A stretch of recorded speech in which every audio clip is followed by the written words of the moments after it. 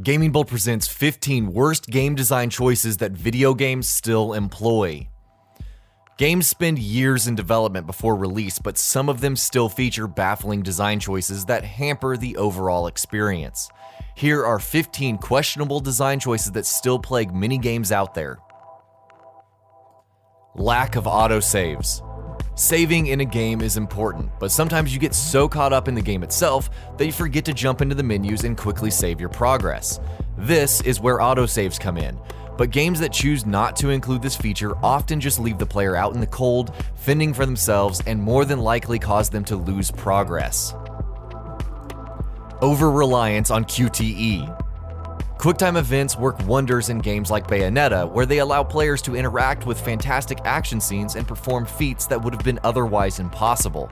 Relying on this mechanic too much takes away from the game itself, and causes the experience to become tapping a button the moment it flashes on screen, which is never as much fun as it sounds. And I'm looking at you, Resident Evil 6. Unnecessary waiting. We spend enough time in video games waiting. Whether it's waiting for loading screens, for multiplayer servers to find us a match, or for the next AAA title to download to our system. The Division had the audacity to take this one step further and make us wait in virtual lineups within the game, slowly watching as your character moves through the queue. We still aren't sure who thought this would be a fun addition to the game. Fortunately, this was later fixed, but we can't help but remember the awful time that we had during this launch period. Limited driving. Let's get straight to the point. Final Fantasy XV is a departure for the series, and part of this is due to the structure of the game. It's more like a road trip than an epic quest, but it's a shame that so much of the game is spent driving down straight roads with very little control and often no way to skip the trip.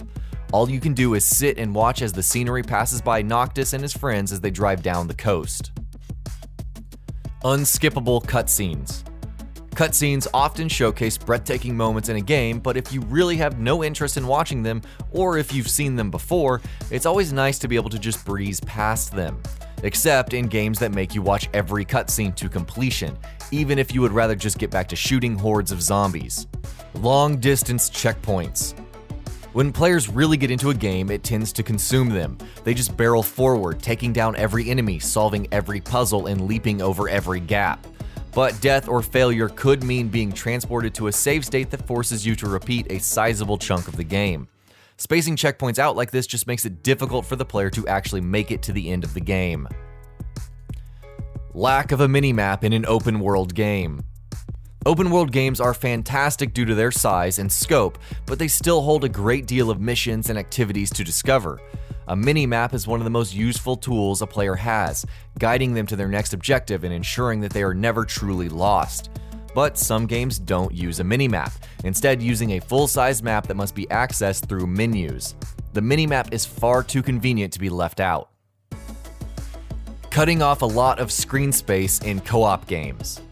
Games that can be played cooperatively are always more fun with other people. Playing games with others on the same screen is often easier said than done.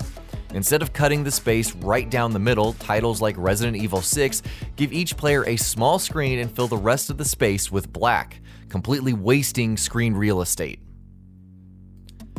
Changing gameplay style all of a sudden. Most games establish their mechanics and style within the first 30 minutes, but sometimes they decide to randomly change, changing what was an action title into a stealth game for a level. These changes in gameplay style never work and always feel less polished than the main gameplay of the game. Take the case of Castlevania Lords of Shadow 2. There was no need for that thoughtless stealth section. Invisible walls.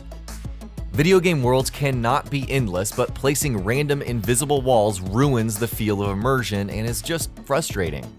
Most games use the environment to create barriers within the play space, but invisible walls come out of nowhere, blocking access completely.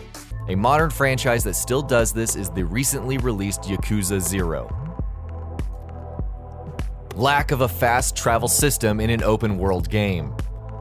Open world games aren't getting any smaller, and walking from one end to the other takes a lot of time. Many of the best games give you a quick and easy way to traverse these worlds once you've already visited a location. Some games don't give you this option though, forcing you to traverse the entire world time and time again. NPCs who walk slowly to an objective, forcing you to wait for them. Following a character to an objective is one of the oldest missions in gaming. But gamers are rarely the patient type, and some NPCs take their time walking to an objective. What's worse, some games force you to follow them closely or you will fail the mission. While it does give the two characters time to talk, it never fails to be boring. Poor camera in games that require movement in a large 3D space. Especially in action games, camera is key. A good camera lets players observe the action and quickly decide how to act, but a poor camera just serves to frustrate and disorient players, oftentimes leading to failure. No meaningful outcome when choices are presented. Player choices make a game world feel alive and ever-changing, but these choices only work when meaningful consequences occur because of them. When choices seem to be in the game for the sake of choices being present, they have no weight and feel incredibly inconsequential as a result. Lack of or poor tutorials. A tutorial is meant to quickly give players a taste of gameplay and introduce them to the mechanics of the game. But when a game features a poorly put together tutorial or decides to not include one at all, they send the player into the game woefully underprepared. If you want a player to spend countless of hours in your game, the least you can do is teach them how to play it. And that'll be about it for this one. If you guys like what we're doing at GamingBolt, please consider subscribing to our channel, and I'll see you guys on the next video.